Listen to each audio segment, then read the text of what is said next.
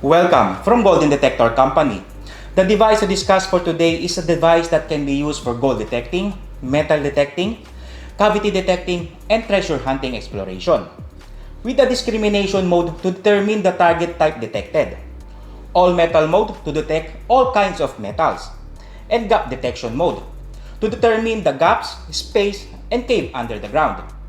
All of these modes are in Klayzer Max 2D metal detector, a Germany technology detector.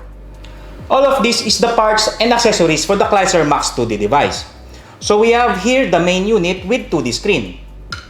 We have also the armrest and adjustable shaft, including big coil and small coil, headphone, car charger, home charger, and bag.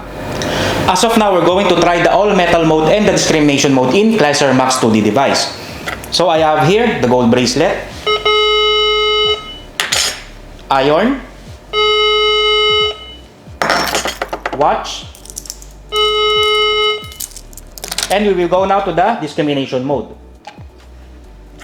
Gold bracelet, iron, and I have here the copper.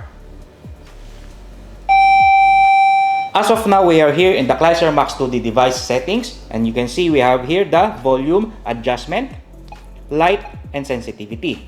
We have also the depth detection, so you will know what is the target depth.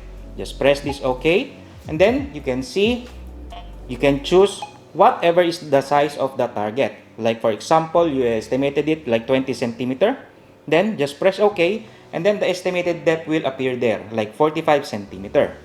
And then now we will go to worthless. So meaning this worthless, it will remove the sound of the iron or make it mute. So just turn it off, then go to the discrimination mode. We will try this gold, iron, so it will not detected the iron. And you can see here now we have cavity test. So this cavity test, it will focus only in detecting the cavity or cave. We have also several languages that is available, contacts of the Klayzer Technology, and factory reset. For more about the Klayzer Max 2D device, contact us in our company WhatsApp below and email below.